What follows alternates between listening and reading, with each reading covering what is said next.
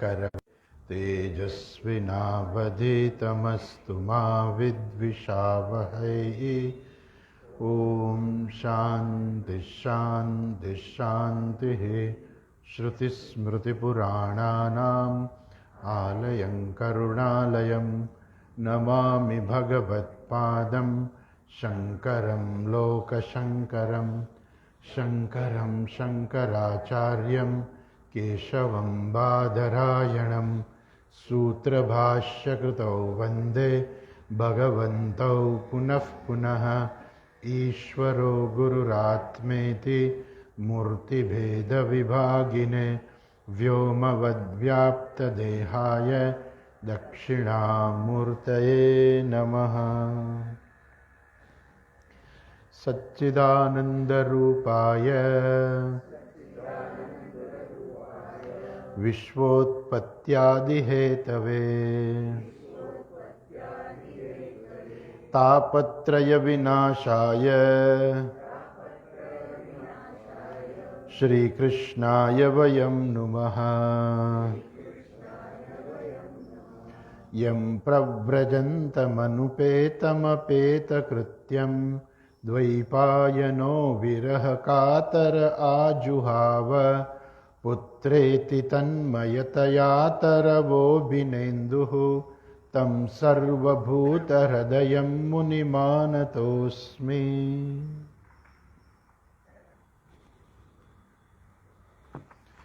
जन्माद्यस्य यतोऽन्वयादितरतः चार्थेष्वभिघ्नस्वराट् तेने ब्रह्महृदाय आदिकवये मुह्यन्ति यत्सूरयः। तेजो वारिमृदां यथा विनिमयः यत्र त्रिसर्गो मृषा धाम्ना स्वेन सदा निरस्तकुहकं सत्यं परं धीमहि।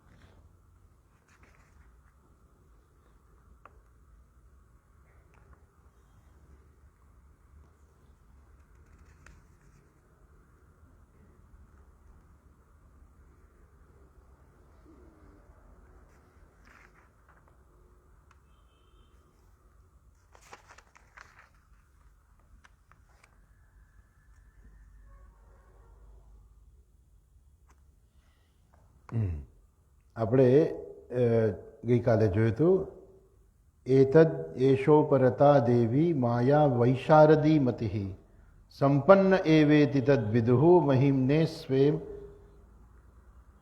મહીયતે.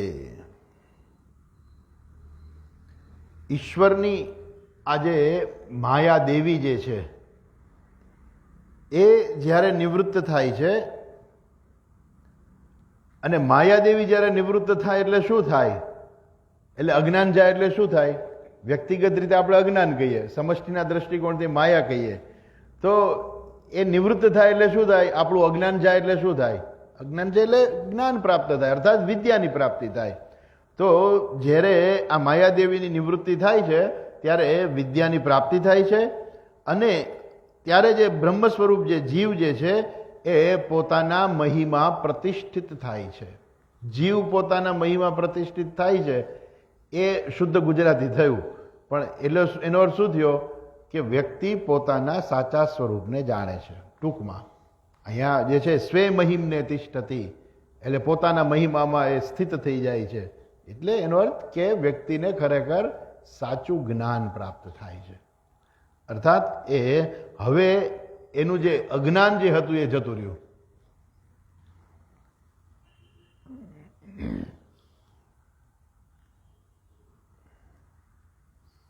આ પણ આપણે ગઈકાલે જોયો. એવમ જન્મની કર્માણી કર્તુહ્ય કર્તુજનસ્ય ચ વર્ણયંતિ સ્મ કવયઃ વેદ ગુહ્યાની હૃત્પતેઃ.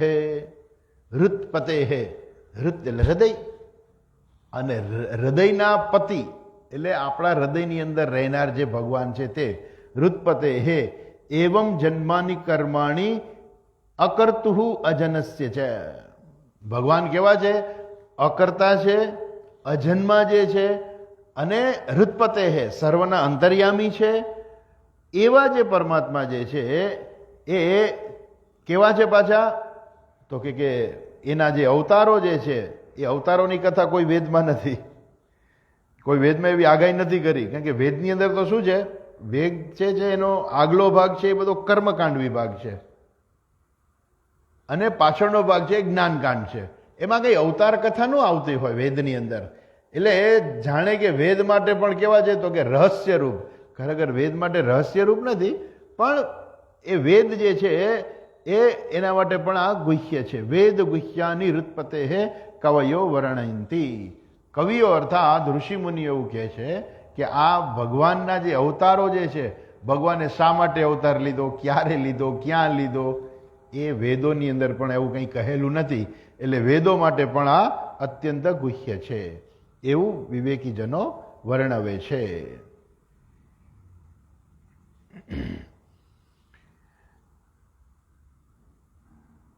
આઈ થિંક આપણે આ પણ જોઈ લીધો છે શ્લોક. આપણે 39 સુધી જોયા હતા.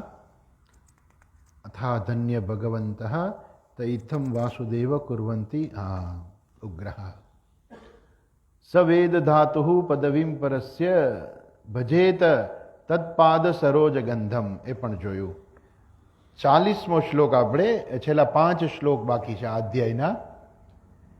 ઇદમ ભાગવતમ નામ પુરાણમ બ્રહ્મ સંમિતમ ઉત્તમ શ્લોક ચરિતમ ચકાર ભગવાન ઋષિ. ઉત્તમ શ્લોક ચરિતમ, ઉત્તમ શ્લોક દ્વારા ભગવાનનું ચરિત્ર કહેવામાં આવ્યું છે. ક્યાં? ઇદમ ભાગવતમ નામ પુરાણમ. આ ભાગવત નામનું પુરાણ જે છે કે જેમાં ભગવાનના ચરિત્રોનું વર્ણન કર્યું છે. ભગવાને જે અવતારો લીધા એના ચરિત્રોનું વર્ણન કરેલું છે. અને શું છે? બ્રહ્મ સંમિતમ, એટલે આમ વેદ જેવું જ છે. એ કેને વેદ જેવું એમ કેમ કઈ રીતે કહી શકાય? કારણ કે વેદમાં તો આવી કોઈ ચર્ચા છે જ નહીં, અવતાર કથા ને એવું તો વેદમાં છે જ નહીં. તો પછી વેદની સાથે કેવી રીતે સરખાવી શકાય? તો કે જેવી રીતે માણસ વેદને અનુસરે, વેદોક્ત કર્મ કરે અને એના હૃદયની શુદ્ધિ થાય છે, એ જ રીતે જો કોઈ પણ વ્યક્તિ ભગવાનના આ અવતારોની કથા જે છે સાંભળે, સમજે, તો એના પણ હૃદયની શુદ્ધિ થાય છે. એટલે વેદ સંમિતમ. નહીં તો વેદની સાથે આનો કોઈ સરખામણી થાય જ નહીં. વેદ અને પુરાણની કેવી રીતે સરખામણી તમે કરી શકો? ના કરી શકો. કારણ કે વેદમાં તો કર્મકાંડ વિભાગ છે મોટો બધો, આમાં ક્યાં કર્મકાંડ વિભાગ જ નથી. તો વેદની સાથે એની સરખામણી કેવી રીતે થઈ શકે? કે વેદની અંદર કહેલા જે કર્મકાંડ વિભાગો છે કે જે વ્યક્તિએ પોતાની ફરજ રૂપે કરવાના છે, એના દ્વારા જે પ્રાપ્તિ થાય છે, અર્થાત એના દ્વારા હૃદયની શુદ્ધિ પ્રાપ્તિ થાય છે, એ પ્રાપ્ત થાય છે. એવી જ રીતે આ ભાગવત પુરાણ જે છે એ સાંભળવાથી, ભગવાનની કથા સાંભળવાથી, ભગવાનની ભક્તિ કરવાથી પણ શું થાય છે? એ હૃદયની શુદ્ધિ થાય છે. એટલે એને કહેવાય છે વેદ સંમિતમ. વેદની સાથે એને સરખામણી કરે છે. અને કોણે રચ્યું છે? ભગવાન ઋષિ. ભગવાન ઋષિ એટલે શું? તો કે છે વેદવ્યાસજી. વેદવ્યાસજીએ આ ભાગવતની રચના કરી છે. આગળ કહે છે નિશ્રેયસાય લોકસ્ય ધન્યમ સ્વસ્યત્યયનમ મહત તદિદમ ગ્રાહયામાસ સુતમ આત્મવતામ વરમ. આ કેવું છે? નિશ્રેયસાય. આ શબ્દ જે છે બરાબર શાસ્ત્રમાં સમજવો પડે કે ઘણી વખત નિશ્રેયસ શબ્દ જે છે એ માણસ સમજતા નથી હોતા. નિશ્રેયસની પ્રાપ્તિ એટલે શું? મોક્ષની પ્રાપ્તિ. નિશ્રેયસની પ્રાપ્તિ એટલે શું? મોક્ષની પ્રાપ્તિ. નિશ્રેયસાય લોકસ્ય. જેમાં આપણું કલ્યાણ કહેવાય ને એને નિશ્રેયસની પ્રાપ્તિ કહેવાય. આપણું કલ્યાણ, સૌથી શ્રેષ્ઠ કલ્યાણ ઈશ્વરની પ્રાપ્તિમાં છે. મોક્ષની પ્રાપ્તિ એટલે એને નિશ્રેયસ કહે છે. અભ્યુદય એટલે શું? અભ્યુદય એટલે આ જગતની અંદર આપણને જે જોઈ છે એ મળે એને અભ્યુદય કહેવાય. આ જગતના ભોગ કે આ જગતના પદાર્થો જે મળે એને કહેવાય અભ્યુદય. ઇવન સ્વર્ગાદી લોક છે એને પણ અભ્યુદયમાં ગણી લેવામાં આવે છે, કેમ કે સ્વર્ગાદી લોકથી પણ મોક્ષ નથી મળતો. એટલે નિશ્રેયસ અભ્યુદય. તો નિશ્રેયસ એટલે મોક્ષ અને અભ્યુદય એટલે તમારે આ લોકના પદાર્થો કે પરલોકની પ્રાપ્તિ. તો નિશ્રેયસાય લોકસ્ય, આજે નિશ્રેયસની પ્રાપ્તિ માટે ધન્યમ સ્વસ્તિ અયનમ મહત. આ પુરાણ કેવું છે તો કહે છે કે આ મહાન છે ભાગવત પુરાણ. તદિદમ ગ્રાહયામાસ સુતમ આત્મવતામ વર. એ વેદવ્યાસજીએ ગ્રાહયામાસ એટલે એને ગ્રહણ કરાવ્યું. કોણે ગ્રહણ કરાવ્યું? વેદવ્યાસજીએ આ ભાગવત પુરાણ જે છે સૌથી પહેલા એણે શુકદેવજીને ગ્રહણ કરાવ્યું. સુતમ આત્મવતામ વરમ, એ પોતાના જ પુત્રને એટલે શુકદેવજીને એણે ગ્રહણ કરાવ્યું. સર્વવેદેતિહાસાનામ સારમ સારમ સમુદ્ધૃતમ સતુ સંશ્રાવયામાસ મહારાજમ પરીક્ષિતમ.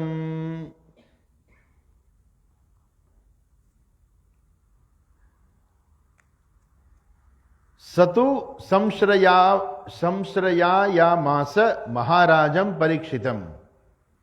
મહારાજા પરીક્ષિત જે છે એને આ ગ્રહણ કરાયું છે. આ ત્રણેય શ્લોક આપણે સાથે લઈ લઈએ, વધારે સારી રીતે જોવાશે. પ્રાયોપવિષ્ટમ ગંગાયામ વિપરીતમ પરમર્ષિભિઃ તત્ર કીર્તયતો વિપ્રાહ વિપ્રર્ષે ભૂરિતેજસઃ અહમ ચાદ્યગમમ તત્ર નિવિષ્ટસ્તદનુગ્રહાત સોહમ વશ્રાવયાષ્યામિ યથાધીતમ યથામતિઃ. અહીંયા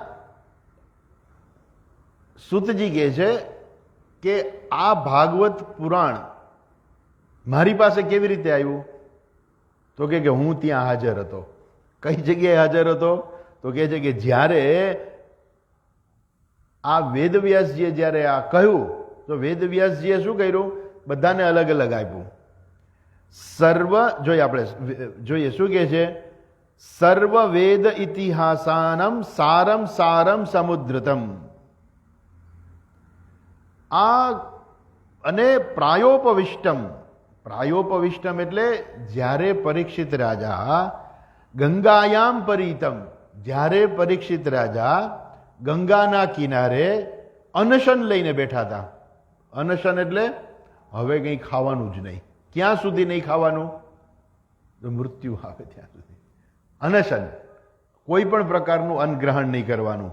આ પ્રકારે એ અનશન લઈને બેઠા હતા.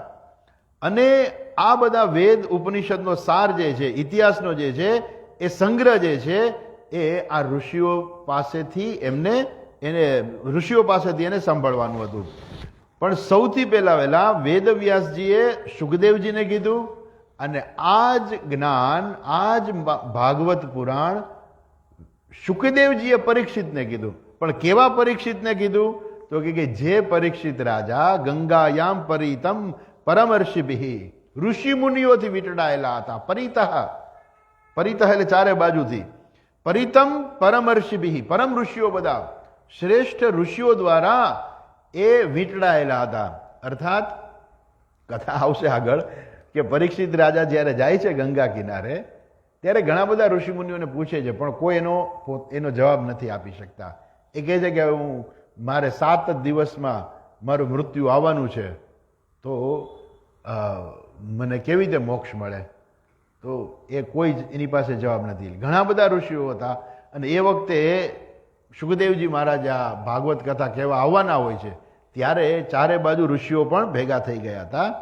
તો પરિતમ પરમર્ષિભિઃ ગંગાયામ પયોપવિષ્ટમ તત્ર કીર્તયો વિપ્રાહા. હે વિપ્રો, એ સમયે શુકદેવજીએ પરીક્ષિત રાજાને આ ભાગવત પુરાણ સંભળાવ્યું હતું.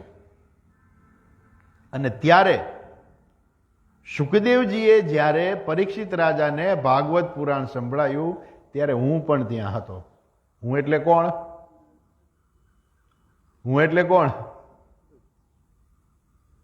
હું એટલે સૂતજી. એ અત્યારે સૂતજી કહે છે ને, આ સૂતજી શૌનક ઋષિને કહે છે. એટલે હું એટલે સૂતજી. તો આ સૂતજી જે છે એ જ્યારે ભાગવત પુરાણ, જ્યારે સુખદેવજી મહારાજે પરીક્ષિત રાજાને કહ્યું ત્યારે એ પણ ત્યાં હતા. અને એમના અનુગ્રહથી અને એમની રજાથી મેં આ સાંભળ્યું અને એનું અધ્યયન પણ કર્યું. અને એના અનુગ્રહથી એ જ્ઞાન બને. અહમ ચ અધ્યગમમ તત્ર નિવિષ્ટ તદનુગ્રહાત. એના અનુગ્રહથી હું ત્યાં બેઠો હતો અને સોહમ વહ શ્રાવયિષ્યામી. એ જ જ્ઞાન હવે હું તમને શ્રાવયિષ્યામી, હવે હું તમને સંભળાવીશ. શ્રાવયામી એટલે હું સાંભળીશ, પણ શ્રાવયિષ્યામી હવે હું તમને સંભળાવીશ. યથાધીતમ યથામતિ. યથાધીતમ જેવી રીતે મેં અધ્યયન કર્યું છે એ પ્રમાણે, અને યથામતિ મારી બુદ્ધિ જે છે એ પ્રમાણે હું તમને કહીશ. છેલ્લે કહે છે કૃષ્ણે સ્વધામોપગતે ધર્મ જ્ઞાનાદિભિ સહ કલૌ નષ્ટદૃશામેશ પુરાણાર્કો ધુનોદિત. કૃષ્ણ સ્વધામ ઉપગતે. ભગવાન શ્રી કૃષ્ણએ જ્યારે અવતાર લીધો હતો પછી અવતારનું કાર્ય પૂરું થયું એટલે ભગવાન પોતાના સ્વધામમાં ગયા. એટલે કે છે કૃષ્ણે સ્વધામ ઉપગતે ધર્મ જ્ઞાનાદિભિ સહ. ધર્મ અને જ્ઞાનની સાથે ભગવાન ગયા. એટલે શું કે ભગવાન ગયા પછી આ કળિયુગ આવી ગયો અને કળિયુગમાં ધર્મ અને જ્ઞાનનો રાસ થઈ જાય છે. એટલે એવું કહેવાય કે જાણે કે ભગવાન ધર્મ અને જ્ઞાનને લઈને વયા ગયા. કેમ? કલૌ નષ્ટ દૃશામેશા. આ કળિયુગ જે છે એમાં લોકો કેવા બધા થઈ જશે? નષ્ટ દ્રશા. એ લોકોની દ્રષ્ટિ છે ને નાશ પામી જશે. એટલે શું? દ્રષ્ટિ નાશ પામી જવી એટલે શું? એ માણસ પોતે ખોટું કરતો હોય ને તોય પોતાની જાતને અટકાવી ના શકે. એટલે શું કે જેમ અંધ વ્યક્તિ હોય અને હાયલો જાય અને ખાડો આવે તો પડે, એને ખાડો દેખાય નહીં. એમ જાણે કે વ્યક્તિ પાપ કરતો હોય, જાણે કે એને ખબર જ નથી કે મારે પાપ ભોગવવું પડશે, અને એ વ્યક્તિ એ પાપ કરી નાખે છે. એટલે કલૌ નષ્ટ દૃશામેશ પુરાણાર્ક. એટલે એ સમયે ધર્મ અને જ્ઞાન તો જતા રહ્યા ભગવાનની સાથે, હવે થઈ ગયો અંધકાર. એ સમયે શું થયું તો કે છે પુરાણ. આ પુરાણ એટલે ભાગવત પુરાણ રૂપી સૂર્ય જે છે એનો ઉદય થાય છે. એટલે આ બધું છે ને બહુ વિશિષ્ટ પ્રકારે કહેવાયેલું છે. એનો કહેવાનો આશય એ છે કે જ્યારે ભગવાન સ્વધામ ગયા એનો અર્થ એવો થયો કે હવે કલિયુગ આવ્યો. એ તો બધું સમજી શકાય એવું છે. એટલે કલિયુગની અંદર શું થશે? લોકો જે છે ને એ વેદોક્ત કર્મ જે છે નહીં કરે. એ સમય હતો ભગવાનનો, ત્યારે લોકો બધા વૈદિક જીવન પદ્ધતિ હતી. બધા લોકો વૈદિક ધર્મનું અનુસરણ કરતા હતા. અને જેમ જેમ કળિયુગ આવતો ગયો, વધતો ગયો, એમ જે છે આ વૈદિક કર્મ જે છે ધીમે ધીમે એનો રાસ થતો ગયો. લોકો ઘણીવાર સમજી ના શકતા હોય, પણ આજે પણ કંઈક સમય હતો નહીં તો હું વાત કરત કે યજ્ઞ જે છે વેદોક્ત કર્મ છે, અને વેદોક્ત કર્મથી અદૃષ્ટ વધારે મળે. વૈદિક કર્મ જે છે ને માણસને અદૃષ્ટ વધારે આપે. એમાં ખાસ યજ્ઞ યાગાદી જે છે, આમ તો દેખાય એવું કે ધુમાડો લાગે, તાપ લાગે, ભૂખા રહેવાનું, આ બધું જે યજ્ઞ કરતી હોય તો વ્યક્તિએ આ બધું કરવાનું ને. ધુમાડો તો ખાવાનો જ છે, આંખમાંથી આંસુ આવતા હોય, ભૂખ લાગી હોય તોય બેઠું રહેવાનું. તો આ બધું શું છે કે આ વૈદિક કર્મ જે છે એ દેખાય કેવું? બહારથી ઘણા લોકોને એમ કે આ શું તમે લાકડા બાળો છો, આની અંદર ખોટું ઘી હોમી દો છો, એના કરતાં કોઈ ગરીબ માણસને ઘી આપો તો. ક્યાં ના પડી ગરીબ માણસને ઘી આપો એટલે યજ્ઞ નહીં કરવાનો? યજ્ઞથી શું મળે છે આ તો ઘણા બધા બહુ મોટું રિસર્ચ કરે છે કે યજ્ઞથી એમાં જે ઘી હોમીએ છીએ ને એના કારણે આખું વાતાવરણ એટલું બધું પવિત્ર થાય છે. આ વચ્ચે કોરોના આવ્યો તો કે તમે ઘણા લોકો ઘરે યજ્ઞ કરવા માંડ્યા હતા કે બરે યજ્ઞ કરો ઘરે, વાતાવરણ પવિત્ર થશે. આ બેક્ટેરિયા અને વાયરસ જે છે એ જતા રહેશે. એટલે યજ્ઞ જે છે આપણને દ્રષ્ટ ફળ એવું લાગે કે લાકડા બાળવા, ઘીનો બગાડ કરવો, ધુમાણા ખાવા, તાપ ખાવો, આ બધું પેલું જે માણસને જેને શ્રદ્ધા ન હોય એ તો માણસ એવું જ કહેવાનો છે, ભલે એવું દ્રષ્ટ લાગતું હોય. પણ અદૃષ્ટ એટલે પુણ્ય, અદૃષ્ટ પુણ્ય ઉત્પન્ન થાય છે. એટલે દ્રષ્ટ પુણ્ય જુદું છે ને અદૃષ્ટ પુણ્ય જુદું છે. એટલે અદૃષ્ટ એટલે શું કે જે આપણને દેખાતું નથી, જે ભવિષ્યમાં આપણને ફળ મળવાનું છે, એને કહેવાય અદૃષ્ટ. દ્રષ્ટ એટલે શું? આપને ખબર પડી ગઈ કે આ મળી ગયું ફળ. જેમ દશરથ રાજાએ યજ્ઞ કર્યો, બરાબર છે, અને એને ધુવાણાએ ખાધા અને ઘી હોયમું બધું કર્યું, તો એને શું ફળ મળ્યું? તો કે એને દ્રષ્ટ ફળ મળ્યું. શું મળ્યું? પુત્રની પ્રાપ્તિ થઈ. એ દ્રષ્ટ ફળ એને મળી ગયું. પણ બધાને દ્રષ્ટ ફળ બધાને નથી મળતા હોતા એ પ્રકારે. અદૃષ્ટ વધારે હોય છે. યજ્ઞ યાગાદી બધા કેવા છે? એનાથી અદૃષ્ટ વધારે મળે.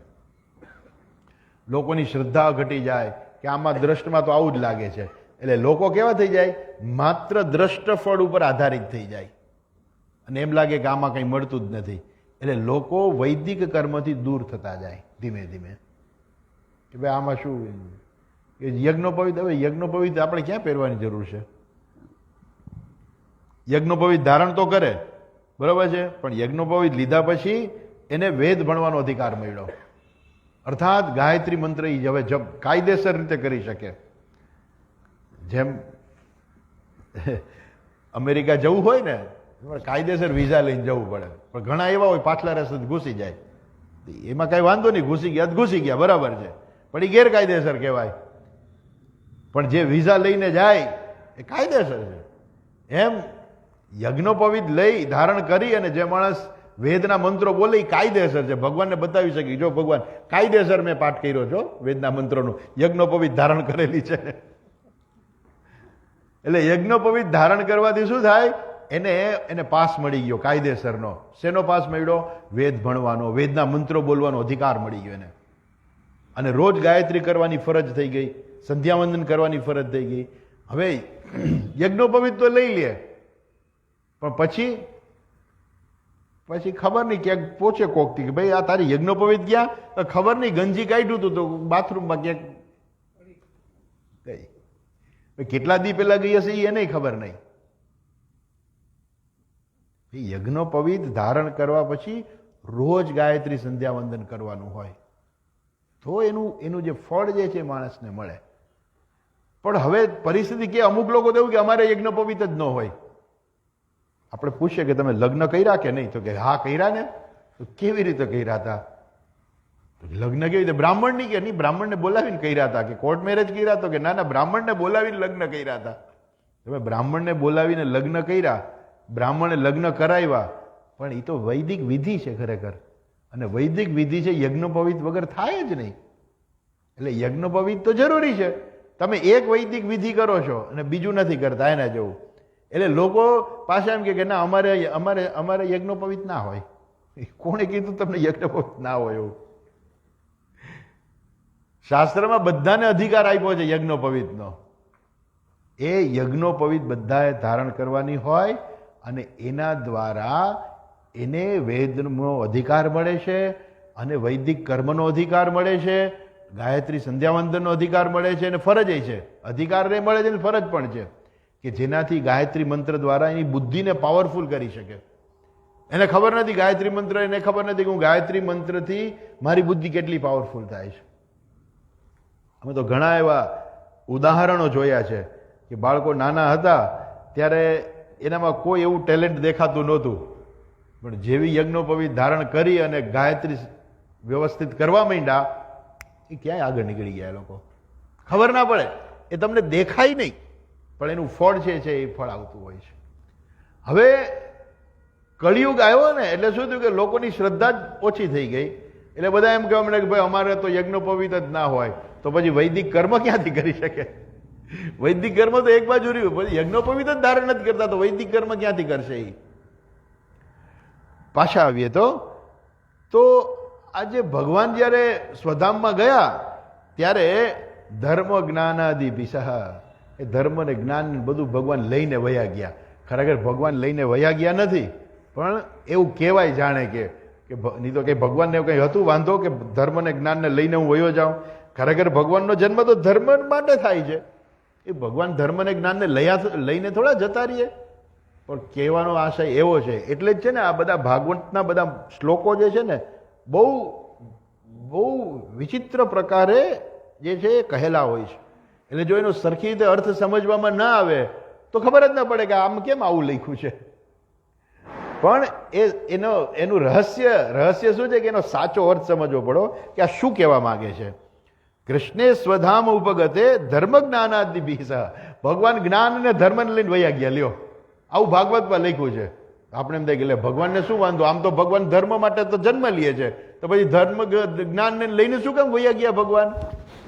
એ કહેવાનો આશય એવો છે કે ભગવાનના ગયા પછી લોકો વધુ ને વધુ અધર્મી થઈ જવા આવશે. એટલે આપણે જોશું પાછળ. કળિયુગની અંદર કેવા છે લોકો? નષ્ટ દૃશામ એશા, એ લોકોની દ્રષ્ટિ જે છે એ નાશ પામી જાય છે. અર્થાત એ લોકો સાચી વસ્તુ, દ્રષ્ટિ નાશ પામવી એટલે શું? સાચી વસ્તુ નથી સમજી શકતા. કોણ એને સમજાવે? અને સમજાવનારા જે છે એ પણ મગજમારી છોડી દે છે કે ભાઈ જેને સમજવું ન હોય એને આપણે શું કામ સમજાવવું? એનું જીવન છે, એને કરવું એ કરે. એટલે ધીમે ધીમે આ બધું નષ્ટ થઈ જાય છે. એટલે આવા જે છે એટલે કળિયુગમાં અજ્ઞાન રૂપી અંધકારથી, કારણ કે દ્રષ્ટિ નાશ પામી ગઈ એટલે જાણે કે અંધકાર આવી ગયો, એવી અંધકાર રૂપી દ્રષ્ટિ જેની નાશ પામેલી છે એના માટે આ ભાગવત કેવું છે? ભાગવત છે સૂર્ય સમાન છે. કેમ કે ભાઈ બીજું વૈદિક કર્મ તો હવે નહીં કરે. ઓકે, તમે ભગવાનનું તો નામ લેશો ને, ભગવાનની તો ભક્તિ કરશો, હા એ ગમે અમને. તમે ભગવાનનું નામ લેવાડો, તમે ભગવાનની ભક્તિ કરાવો, તમે ભજન કીર્તન કરાવો, એ અમને ગમે, એમાં કાંઈ વાંધો નથી. હા, એ વસ્તુ અહીંયા બતાવી છે. એ શું કહે છે કે આ ભાગવત રૂપી પુરાણ શું કરે છે કે જે લોકોની દ્રષ્ટિ નષ્ટ થઈ ગઈ છે એ લોકો માટે ભાગવત સૂર્ય સમાન બની જાય છે. કેમ કે હવે એ લોકો એ ભાગવતથી એ લોકોનું મન જે છે, જે જગતના વિષયો પાછળ ફરતું હતું, એમાંથી ફરી પાછું ભગવાન તરફ વળશે. ભગવાન ગયા પછી ચારે બાજુ જાણે કે અંધકાર જેવું વાતાવરણ. કેમ અંધકાર જેવું? ઘણી વખત પરિસ્થિતિ પણ એવી થતી હોય છે કે માણસ કંઈ કરી ના શકે. આપણા જ દેશની જ આપણે વાત કરીએ તો મોગલો આવ્યા, અંગ્રેજો આવ્યા, કેવી પરિસ્થિતિ આવી ગઈ હતી કે લોકો શાંતિથી ભગવાનનું નામ નહોતા લઈ શકતા. એવી પરિસ્થિતિ આવી ગઈ હતી. ઘર નથી હાલતું તો માણસ ભગવાનનું નામ ક્યાં લેવા જશે? ખેડૂતો પાસે તમારે ટેક્સ લેવાનો એટલે લેવાનો જ ફિક્સ, કે તમારી પાસે આટલી જમીન છે એટલે તમારે આટલો ટેક્સ તો આપવાનો જ. તમારે અનાજ ઉગે કે ન ઉગે. તમે જોજો ઘણી વખત આ લોકો ફોટોગ્રાફ્સને બધા મોકલે છે કે અંગ્રેજો આવ્યા એ સમયે આપણા ખેડૂતોની હાલત કેવી હતી. એટલા દુબળા દેખાય ખેડૂતો કે આપણે એમ લાગે કે આવા કેમ આટલા બધા દુબળા થઈ ગયા? કેમ કે વરસાદ આવે કે ન આવે, અનાજ પાકે કે ન પાકે, આટલો ટેક્સ તો તમારે દેવાનો જ. અને ન હોય તો કે તમે જમીન વેચી નાખો અને ટેક્સ ભરી દો. એટલે એની તો જે જાજી જમીન હતી એમાંથી થોડીક જમીન ગઈ. આવું તો કેટલી વાર બને. એમ કરતા એક બાજુથી અનાજ વરસાદ સરખો થયો ન હોય, અનાજ પાકતું ના હોય, ટેક્સ આપવાનો હોય, માણસ જીવે કેવી રીતે? આવી પરિસ્થિતિની અંદર આ બધું બની ગયું. એટલે એ માણસને છે ભગવાન ઉપર શ્રદ્ધા ઓછી થઈ જાય કે આ શું છે, ભગવાન ક્યાં છે? પછી એમ કે ભગવાન ક્યાં છે? કારણ કે હવે એની શક્તિ નથી સમજવાની. ઈશ્વર જ્યારે આપણને બધું સારું સારું હોય ને ત્યારે આપણને બધું ભગવાન ભગવાન બધું બરાબર લાગે, પણ એક વખત મુશ્કેલી આવે ને પછી ભગવાનનું નામ લે ને જે માણસ, એ સાચું કહેવાય. મહાભારતની કથામાં અને આમાં આવશે, આપણે કદાચ તો જોઈશું કે યુધિષ્ઠિરનો રાજસૂય યજ્ઞ પૂરો થયો એ વખતે એક નોળિયો ત્યાં આવે છે અને એણે જે યજ્ઞ કર્યો હતો ને યજ્ઞની રાખ જે હતી એમાં આળોટે છે. એટલે આલોકે પૂછ્યું નોળિયાને કે ભાઈ તું શું કરશ? અને એ નોળિયાનું અડધું શરીર જે છે, અડધું શરીર સુવર્ણનું હતું. એ કહે છે કે હું મારું શરીર આમાં આળોટું છું, મારું અડધું શરીર સુવર્ણનું થઈ ગયું છે, હવે હું બીજું અડધું છે ને એને પાછું સુવર્ણનું કરવા માંગુ છું, એટલે મારું આખું શરીર સુવર્ણનું થઈ જાય એમ. પતો કે તારું અડધું થયું કેવી રીતે? તો કે એક જગ્યાએ હું આળોટતો હતો ત્યાં મારું થયું. એવી કઈ જગ્યા હતી? એ જગ્યા એવી હતી કે જ્યાં એ જગ્યા એવી હતી કે જ્યાં માણસ ઝૂંપડીમાં રહેતો હતો. એની અંદર એ લોકો 4 જણા હતા અને એની પાસે કાંઈ હતું નહીં, સાવ ભૂખ્યા હતા. એમાં જેમ તેમ કરીને એ લોકોને એકાદ મહિને કે એકાદ અઠવાડિયે 4 જણાને જમવા માટે માંડ 4 રોટલા મળ્યા. એટલું અનાજ ક્યાંકથી એ લોકોએ વ્યવસ્થા કરી કે આજે બધાને એક એક રોટલો ખાવા મળશે. હજુ તો ખાવાની શરૂઆત કરે ત્યાં જ કોઈ કહ્યું ભિક્ષાન દેહી. આપણી પરંપરા હતી કે આપણા ઘરના આંગણે કોઈ પણ માણસ માંગવા આવે ભિક્ષા એટલે એને ભિક્ષા તો આપવી જ પડે. એટલે સૌથી પહેલા પેલો માણસ હતો જે 4 હતા એમાંથી એક જણાએ કહ્યું કે હું મારો રોટલો આપી દઉં છું. એટલે એને પોતાનો રોટલો આપી દીધો. પોતે અઠવાડિયાથી ભૂખ્યો છે માણસ અને પોતાનો રોટલો એને આપી દીધો. પછી એક રોટલો ખાધો એટલે પેલા સાધુએ કીધું કે હજુ મને ભૂખ લાગી છે, હજુ મને આપો ખાવાનું. એટલે એની પત્ની હતી એણે આપી દીધો. બીજો ખાધો હતો કે હજુ ભૂખ લાગી છે, એટલે ઓલા ત્રીજા હતો દીકરાએ આપી દીધો, હજુ ભૂખ લાગી છે. ચોથી એની પેલી પુત્રવધુ હતું એણે પોતાનો રોટલો આપી દીધો. હવે કાંઈ વધ્યું નહીં. પેલા એ કહ્યું કે મહારાજ હવે અમારી પાસે કંઈ છે નહીં. કાંઈ વાંધો નહીં કે મારું પેટ ભરાઈ ગયું, મને હાથ ધોવડાવો. એટલે હાથ ધોવડાવ્યા. એ જે હાથ ધોયા હતા એ પાણી જ્યાં હતું ને એ પાણીમાં નોળિયો કે હું આળોટો હતો અને ત્યારે મારું સુવર્ણનું શરીર થઈ ગયું અડધું. એનું એટલું બધું પુણ્ય હતું કે નોળિયાનું શરીર સુવર્ણનું થઈ ગયું. એ કે હું શોધું છું કે આવું કંઈક પુણ્ય કાર્ય ક્યાંય થયું હોય તો હું ફરી પાછો આખો સુવર્ણનો થઈ જાઉં.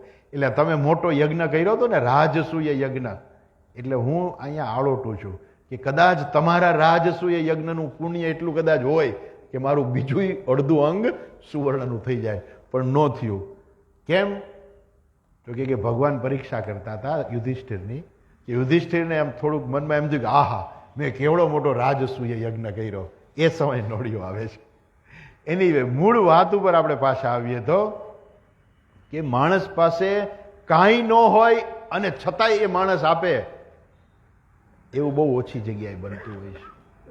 એમ આ જ્યારે અંગ્રેજો આવ્યા ને, મોગલો આવ્યા, અંગ્રેજો, બધાએ આપણી જે આખી વૈદિક પદ્ધતિથી છિન્ન ભિન્ન કરી નાખી. એ લોકોએ માણસને ખાવાનું નહોતું મળતું. એ બિચારા વેદના મંત્રો ને વૈદિક ભણવાનું ને યજ્ઞ યાગાદી કરવા ક્યાં જાય? એમાં આખી આપણી પરંપરા જે છે પરંપરા તૂટી ગઈ. પાછા આવીએ તો આ ભાગવત પુરાણ જે છે, ભાગવત પુરાણ કેવું છે? આવી પરિસ્થિતિની અંદર કે જ્યારે લોકો આવું કાંઈ વૈદિક કર્મ કરી નથી શકતા અને એ લોકોની શ્રદ્ધા પણ ઓછી થઈ ગઈ એમાં. એ સમયે એ લોકોને ખબર જ નથી પડતી કે અમે નિશ્રેયસની પ્રાપ્તિ કેવી રીતે કરીશું, ઈશ્વરની પ્રાપ્તિ કેવી રીતે કરીશું. એ તો એના માટે બહુ આઘું થઈ ગયું. એ સમયે આ ભાગવત પુરાણ જે છે એ સાવ નીચેથી શરૂઆત કરે છે કે તમે ભગવાનનું નામ લ્યો, ભગવાનની ભક્તિ કરો, અને એનાથી શરૂઆત કરે છે. અને એક વખત માણસની શરૂઆત થાય ને, આ કેવું છે કે એક વખત ગાડી પાટા ઉપર ચડી જાય ને પછી તો પહોંચી જાય એમ આ ભગવાનનું નામ લેવું એ બહુ શરૂઆત છે અને બહુ મોટી શરૂઆત છે. કેમ કે એ લેવું બહુ અઘરું છે. કોઈને તમે ભગવાનનું નામ લેવડાવો તો ના લે, ના ના મારે ભગવાનનું નામ લેવાની જરૂરિયાત જ નથી. એવા બધા લોકો જે છે એના માટે આ કેવું છે? એ પુરાણ અધુનોતી. એ પુરાણ એ સૂર્ય સમાન છે. એ સૂર્ય ઉગ્યો છે આ સૂર્ય ઉગી ગયો છે કલિયુગની અંદર. આવા લોકો માટે આ સૂર્ય સમાન છે કે જે લોકો આ બધા વૈદિક કર્મોથી દૂર થઈ ગયા છે. હવે ક્યાં એ પાછા વૈદિક કર્મોમાં એ લોકો જોડાય? બધું પરિસ્થિતિ બહુ બદલી ગઈ છે. તો કે એવા લોકો આના દ્વારા પણ ઈશ્વરની પ્રાપ્તિ કરી શકે છે. ઓકે, તો આ પ્રમાણે આ છેલ્લો શ્લોક હતો આ અધ્યાયનો, એ પૂરો થાય છે. ઇતિ શ્રીમદ ભાગવતે મહાપુરાણે પારમહંસ્યાયામ સંહિતાયામ પ્રથમ સ્કંદે તૃતીયો અધ્યાય. આ ત્રીજો અધ્યાય આ પૂરો થયો. હવે ચોથો અધ્યાય જે છે એની અંદર વેદવ્યાસજી કહે છે, વ્યાસ ઉવાચ ઇતિ બ્રુવાણમ સંસ્તુય મુનિનામ દીર્ઘસત્રિણામ વૃદ્ધ કુલપતિ સૂતમ બહ્વૃચ્ચ શૌનકો બ્રવીત. શૌનક અબ્રવીત, શૌનક ઋષિ બોલ્યા. પણ કેવા શૌનક ઋષિ બોલ્યા? તો કે છે બહ્વૃચ્ચ એટલે વૃદ્ધોમાં જે અત્યંત વૃદ્ધ હતા એ વૃદ્ધ કુલપતિ, જે કુલપતિ છે અર્થાત ઋષિઓની અંદર શૌનક ઋષિ કેવા હતા? શ્રેષ્ઠ હતા. એવા જે છે એણે શું કર્યું કે સૂતજીની પ્રશંસા કરી. ઇતિ બ્રુવાણમ સંસ્તુય, એમની સ્તુતિ કરી. અને ક્યાં કરી એણે? દીર્ઘ સત્રેણા. જે આપણે મહાત્મ્યની અંદર જે વાત આવી હતી એ વસ્તુ હવે ભાગવતના ઓરિજિનલ ભાગવતમાં આવે છે કે જે લોકોએ નક્કી કર્યું હતું કે અમારે સત્ર કરવું છે. એ પ્રમાણે યજ્ઞનું સત્ર લઈને બેઠા હતા. એવા દીર્ઘકાલીન સત્રવાળા સત્રમાં જે બધા મુનિઓમાં વૃદ્ધ એવા કેવા છે? બૃહદ શૌનક, શૌનક ઋષિ જે છે એ જે ચારે ચાર વેદ અલગ અલગ હોય ને એમાં ઋગ્વેદના સૌથી નિષ્ણાંત એવા શૌનક ઋષિએ આ વાક્ય કહ્યું. કોને કહ્યું? સૂતજીને કહે છે. શું કહે છે? શૌનક ઉવાચ સૂત સૂત મહાભાગ વદનો વદતામ વર કથામ ભાગવતીમ પુણ્યામ યદાહ ભગવાન શુક. એ કહે છે કે હે સૂતજી, હે મહાભાગ અર્થાત હે શ્રેષ્ઠ, તમે અમને કયો. વદ નહ એટલે અમને, તમે અમને કહો. શું કહો? કથામ ભાગવતી પુણ્યામ યદાહ ભગવાન શુક. જે શુકદેવજીએ તમને જે ભાગવત કથા કહી હતી ને એ કથા તમે અમને કહો. કસ્મિન યુગે પ્રવૃત્તેયમ સ્થાને વાકેન હેતુના કુતઃ સંચિદોદિત કૃષ્ણ કૃતવાન સંહિતામ મુનિ. એવું કહો. કસ્મિન યુગે પ્રવૃત્તેયમ, કસ્મિન યુગે એટલે આ સંહિતા જે છે એ કયા યુગમાં? કસ્મિન યુગે, કસ્મિન સ્થાને કેન હેતુના, કયા સ્થાનમાં રહીને, અને કેન હેતુના એટલે કયા હેતુથી આ પ્રવૃત્તિ થઈ. કુતઃ સંચિદો કૃષ્ણ કૃતવાન સંહિતા મુનિ. અહીંયા કૃષ્ણનો અર્થ ભગવાન શ્રી કૃષ્ણ નથી. અહીંયા કૃષ્ણનો અર્થ થાય છે વેદવ્યાસજી. વેદવ્યાસજીનું એક નામ કૃષ્ણ પણ હતું. એને કૃષ્ણ દ્વૈપાયન એવું નામ હતું. કેમ કે એની ચામડીનો કલર પણ કાળો હતો. જેમ ભગવાન શ્રી કૃષ્ણ પણ કાળા હતા એમ આ વેદવ્યાસજી પણ કાળા હતા. એટલે એનું નામ કૃષ્ણ હતું. પણ દ્વૈપાયન એટલે બેટ ઉપર જેનો જન્મ થયો હતો એવા દ્વૈપાયન એવા વેદવ્યાસજી જે છે એણે કુતવાન સંહિતા કુતઃ સંચોદિત. આ વેદવ્યાસજીને એવું તે શું થયું? કોની પ્રેરણાથી વેદવ્યાસજીએ આ ભાગવતની રચના કરી એ તો કયો. તસ્ય પુત્રો મહાયોગી સમદ્રુંગ નિર્વિકલ્પક એકાંતમતિરુનીન્દ્ર ગૂઢો મૂઢ ઇવેયતે. તસ્ય પુત્ર મહાયોગી, એવા વેદવ્યાસજી જે છે એના પુત્ર શુકદેવજી છે એ તો મહાયોગી, મહાસમર્થ અને નિર્વિકલ્પક, સમદર્શી. એ પોતે નિર્વિકલ્પક અર્થાત એ ભેદભાવ રહિત હતા. અને કેવા છે? એકાંતમતી રુન્નિદ્રહ. એકાંતમતી એટલે આમ તો એકાંત પ્રિય કહેવાય, પણ અહીંયા શું કહે છે? ઉન્નિદ્રહ એકાંતમતી, જેની મતિ હતી એકાંતમાં રહેવાની, અર્થાત એને ભીડભાડવાળી જગ્યા ગમતી નહીં. આગળ આવે છે કે નહીં મને ખબર નહીં, પણ સુખદેવજી માટે એવું કહેવાય છે, આવે છે આગળ જ આવશે, ચાલો, કે એ ક્યાંય સ્થિર રહીને ઊભા જ રહેતા જ નહીં. હમણાં તો નથી આવતો કોઈ એવા કોઈ સાધુઓ, પણ મેં એવા સાધુઓ જોયા છે. એને અમે નાના હતા ને એટલે અમને બીવડાવતા, જો લો ટોકરાવાળો બાવ આવશે દઈ દેશો. હા, એ પગ ઉપર ટોકરો રાખે એટલે પગ હલાવે જ રાખે, અને એ ઘૂઘરાનો અવાજ, પગ ઉપર ઘૂઘરો બાંધેલો હોય, અને એક પગ ઉપર ભટકાય ને એટલે ધડ દઈને ધક્કો મારે બીજા પગ ઉપર, અને સતત ઊભા ઊભા ઘૂઘરો હલાવે રાખે, અને ઘૂઘરો વાગે એનો અવાજ આવે એટલે એને ટોકરાવાળો બાવો કહેતા. તો નાના બાળકોને ખીજાય કે જો ઓલો ટોકરાવાળો બાવો આવશે તને દઈ દેશું. એ શાંતિથી એ સાધુ ઊભા જ ના રહીએ, ઊભા ઊભા પણ ટોકરો વગાડે રાખે કે તમે જલ્દી ભિક્ષા આપો, મારે અહીંથી જવું છે. એટલે ટૂંકમાં સ્થિર ઊભા ન રહીએ, એને નિયમ રાખેલો હોય કે સ્થિર ઊભું નહીં રહેવાનું, કોઈ પણ ઘરમાં જઈને રહેવાનું નહીં, ઊભું નહીં રહેવાનું. એમ સુખદેવજી પણ એવા હતા, એકાંત પ્રિય. એને એકાંત પ્રિય હતું, બહુ જાજા લોકો હોય એવી જગ્યાએ જાતા જ નહીં. એટલે કે છે એકાંતમતી ઉન્નિદ્રહ, અર્થાત એ કેવા છે જે નિંદ્રામાંથી ઉઠેલા. નિંદ્રામાંથી ઉઠેલા કે બધાય નિંદ્રામાંથી તો ઉઠેલા જ હોય ને? નહીં. કઈ નિંદ્રામાંથી? માયારૂપી નિંદ્રામાંથી ઉઠેલા હતા. ઉન્નિદ્રહ ગૂઢ મૂઢ ઇવ આયતે. એ કેવી રીતે એનો વ્યવહાર કરતા ખબર છે? જાણે મૂઢ માણસ હોય ને, ગાંડો માણસ હોય ને, એવો વ્યવહાર સુખદેવજીનો હતો. એક તો એકાંત પ્રિય હતા, બીજો કે ક્યાંય જાતા હોય તો એનો વ્યવહાર એવો હતો કે જાણે કોઈ ગાંડો માણસ હોય ને એવો વ્યવહાર હતો. આવા પ્રકારના જે સુખદેવજી છે એ કેવા છે પાછા?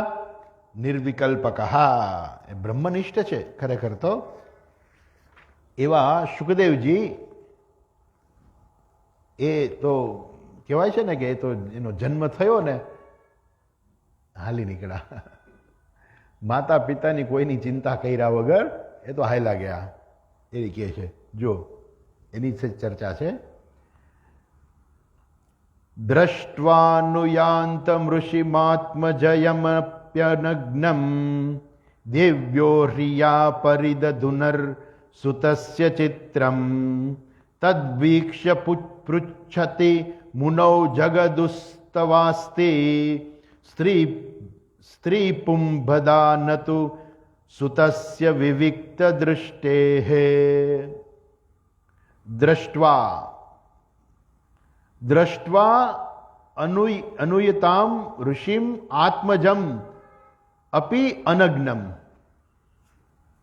એ કહે છે એવું કે જ્યારે સુખદેવજી જતા રહ્યા ત્યારે વેદવ્યાસજી છે એની પાછળ પાછળ ગયા એને બોલાવવા માટે થઈને, અને એ સમયે એ જે પસાર થતા હતા એ તળાવ પાસેથી પસાર થતા હતા.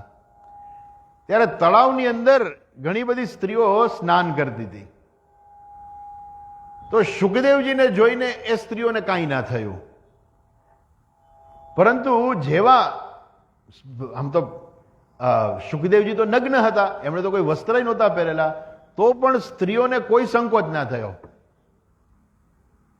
અને જેવા વેદવ્યાસજી આવ્યા અને સ્ત્રીઓને સંકોચ થયો અને એમણે પોતાના વસ્ત્રો પહેરી લીધા. તો કે કેમ આવું થયું? તો કહે છે કે સ્ત્રીઓ પણ જાણતી હતી કે આ સુખદેવજી જે છે એ તો બ્રહ્મનિષ્ઠ મહાત્મા છે, એને પુરુષ અને સ્ત્રીના કોઈ ભેદ એનામાં છે જ નહીં. પરંતુ વેદવ્યાસજી એવા છે કે હજુ એને પુરુષ અને સ્ત્રીના ભેદ છે. એને આ તો બધું ખાલી સુખદેવજીનું સ્તુતિ કરવા માટે, સુખદેવજીની સ્તુતિ કરવા માટે કહે છે કે વેદવ્યાસજી એવા કંઈ અજ્ઞાની નહોતા કે સુખદેવજી કંઈ એના કરતાં વધારે જ્ઞાની નહોતા. પણ એ તો શાસ્ત્ર હોય ને એ સુખદેવજીના વખાણ કરે કેમ કે સુખદેવજીએ કથા કહેલી છે ને એટલે કહેવાના છે આગળ. એટલે વેદવ્યાસજી જે છે એ પોતાના પુત્રની પાછળ પાછળ જતા હતા ત્યારે એણે શું કર્યું, એણે એ પોતે વસ્ત્ર પહેરેલા હતા અને એને જોઈને પેલી સ્ત્રીઓએ લજ્જાથી એમણે વસ્ત્રો પહેરી લીધા. પરંતુ શું છે, તદ્વીક્ષ પૃચ્છતિ મુનૌ, એને જોઈને ન સુતસ્ય ચિત્રમ, ન સુતસ્ય, સુતસ્ય ચિત્રમ, ચિત્રમ એટલે એને જોઈને એમ, સુતસ્ય એટલે એના પુત્ર, વેદવ્યાસજીના પુત્રને જોઈને તે દેવ્ય, એ બધી દેવીઓ એટલે બધી અપ્સરાઓ હતી, સ્નાન કરતી હતી તળાવમાં, એને રિયા પરિદધુર ન સુતસ્ય ચિત્રમ, એને સુખદેવજીને જોઈને કાંઈ ન થયું. ત્યારે એને પૂછ્યું કે ભાઈ કેમ આવું તમે કર્યું? તદ્વીક્ષ્ય પૃચ્છતિ મુનૌ, મુનિઓએ પૂછ્યું કે અપ્સરાઓને કે ભાઈ તમે આવું કેમ કર્યું? તો કહે છે કે એમના જે સૂત જે છે અર્થાત એમનો પુત્ર જે સુખદેવજી છે એ તો બ્રહ્મનિષ્ઠ મહાત્મા છે, એને પુરુષ અને સ્ત્રી વચ્ચે કોઈ ભેદ જ નથી, એ તો સર્વત્ર બ્રહ્મના જ દર્શન કરે છે. જ્યારે વેદવ્યાસજીને તો કે વેદવ્યાસજીને હજુ ભેદ રહેલો છે. આવું નહીં, બસ સુખદેવજીના વખાણ કરવા માટે આવું કહ્યું છે. આવું કહીએ તો આમને એમ લાગે શું વેદવ્યાસજી અજ્ઞાની હતા? હવે એમણે તો ભાગવત સુખદેવજીને કીધું, પછી તો એમની પાસે જ્ઞાન આવ્યું, પણ એ તો કથાની અંદર એવું હોય વખાણ કરવા માટે. એક શ્લોક જોઈ લઈએ હજુ. કથમાલક્ષિત પૌરૈઃ સંપ્રાપ્ત કુરુ જાંગલાન ઉન્મત્ત મુખ જડવત વિચરન વિચરન ગજ સાહ્વયે. ગજ સાહ્વયે બહુ વિચિત્ર નામ છે, ગજ સાહ્વયે. ગજ એટલે હાથી ને ગજ સાહ્વયે એટલે હસ્તિનાપુર. હસ્તી આવ્યું ને પેલા એટલે સંસ્કૃતમાં એવો શબ્દ બનાવ્યો હસ્તિનાપુર, કારણ કે હસ્તી એટલે હાથી થાય, એટલે ગજ સાહ્વયે એટલે કે છે હસ્તિનાપુર. અચ્છા, અને કે છે કુરુજાંગલાન એટલે કુરુજાંગલ પ્રદેશમાં પહોંચીને હસ્તિનાપુરની અંદર કેવા છે, ઉન્મત્ત મુક જડવત વિચરન. ઉન્મત્ત, ઉન્મત્ત એટલે પાગલની જેમ, મુક એટલે મૂંગાની જેમ, જડવત જડની જેમ, વિચરન ગજ સાહ્વયે.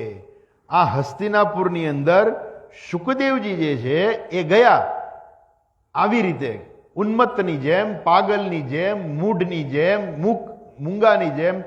તો પછી આ નગરજનો દ્વારા કથમ અલક્ષિત પૌરૈહી, પૌરૈહી એટલે પૂરમાં રહેનારા, પૌરૈહી એટલે શું, પૂરમાં રહેનારા. પૂરમાં રહેનારા એટલે શું, હસ્તિનાપુરની નગરમાં રહેનારા નગરજનો. કથમ આલક્ષિત, એમણે કેવી રીતે લક્ષિત કર્યું કે આ સુખદેવજી છે, એ કેમ ખબર પડી? એ અહીંયા પ્રશ્ન છે. એના શું કહે છે, હજુ આગળ કહે છે, કથમ વા પાંડવે યસ્ય રાજર્ષે મુનિના સહ સંવાદ સંભુતાત યત્રેષા સાત્વતી શ્રુતિ.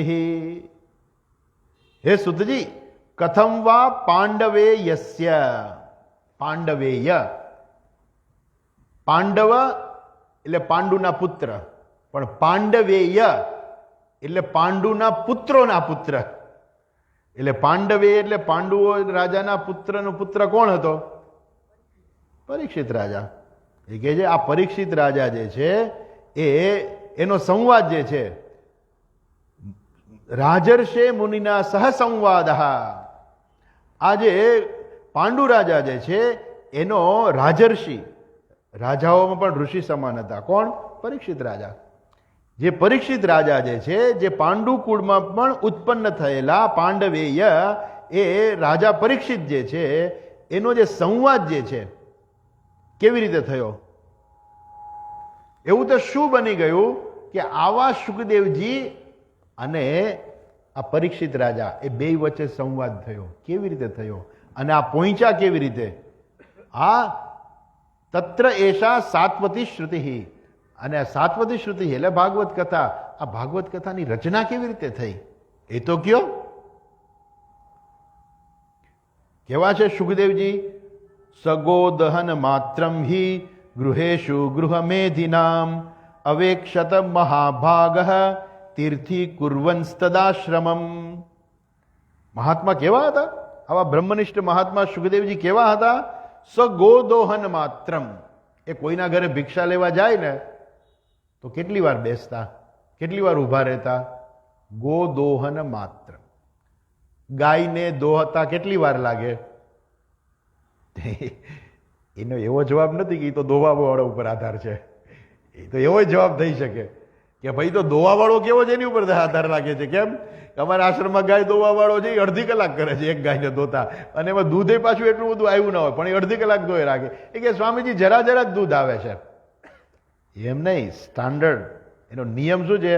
તો કે બીજા અમારા ભાઈ આવે છે ગાય દોવાવાળા, ખરેખર આમાં 6 મિનિટ કહી છે ભાગવતમાં, એનો નિયમ આવ્યો 6 મિનિટનો કીધું છે. ગોદોહન સમય એટલે 6 મિનિટનો. એ માણસ ખરેખર 6 મિનિટમાં ગાય દોઈને વયો જાય. ખરેખર 6 મિનિટ થાય ને ગાય દોવાઈ ગયો એને. અમે કે એલા આટલી બધી ઝડપથી? તો કે હા સ્વામીજી, ગાય દોતા આટલો જ વાર લાગે. ગોદોહન સમય જે છે એ 6 મિનિટનો કહેવાય છે. એટલે આટલો સમય જે છે એનાથી વધારે જે છે એ ઊભા નથી રહેતા. ગોહન એટલા સમય જ ઊભા રહે છે. ક્યાં? ગૃહેશુ ગૃહમેધિ નામ. આ જે ગ્રહસ્થીઓ હોય અને કેવા ગૃહમેધિ નામ, આવા મહાત્મા જે છે એ માત્ર, એટલે સુખદેવજી મહારાજ જે છે એ કોઈના ઘરે જાય તો એ 6 મિનિટથી વધારે રહેતા નહીં. પણ કેવા ઘરે, જેના ઘરે જાય કેવા છે? તો કે જે ગૃહમેધિ નામ, મહાભાગ્યશાળી છે કે આવા સુખદેવજી મહારાજ જે છે એના ઘરે એ આવ્યા. અને એ શું કામે જાય છે? અવેક્ષતે મહાભાગ તીર્થી કુર્વન તદાશ્રમમ. તીર્થી કુર્વન, એ એના ઘરે એટલા માટે જાય છે કે એનું ઘર છે એ તીર્થ બની જાય. કેવી રીતે ઘર તીર્થ બને? તો કે આવા બ્રહ્મનિષ્ઠ મહાત્મા જે છે એના ઘરે આવ્યા હોય તો એનું ઘર છે તીર્થ. તીર્થ એટલે શું? પુણ્ય. એ ઘર છે પુણ્ય સમાન બની જાય. અર્થાત જેના ઘરમાં સાધુઓ, સારા બ્રહ્મનિષ્ઠ મહાત્માઓ આવે તો એનું ઘર કેવી રીતે તીર્થ બની જાય? જેમ તીર્થમાં જવાથી પુણ્યની પ્રાપ્તિ થાય, એમ જેના ઘરમાં આવા બ્રહ્મનિષ્ઠ મહાત્માઓ આવે ને એના ઘરની અંદર સત્સંગ થાય, એ લોકો ધર્મમય જીવન જીવે, અર્થાત એ લોકોને પણ પુણ્યની પ્રાપ્તિ થાય. હવે એને તીર્થમાં જાય તોય પુણ્ય થાય અને ઘરે પણ પુણ્ય થાય છે. એટલે એનું ઘર તીર્થ સમાન બની જાય છે. તીર્થી કુર્વન તદાશ્રમમ. આ પ્રકારે એ આટલી જ વાર રાહ જોવે, ભિક્ષા માટે થઈને આટલી રાહ જોવે. કેટલી? 6 મિનિટ. આવા સુખદેવજી જે છે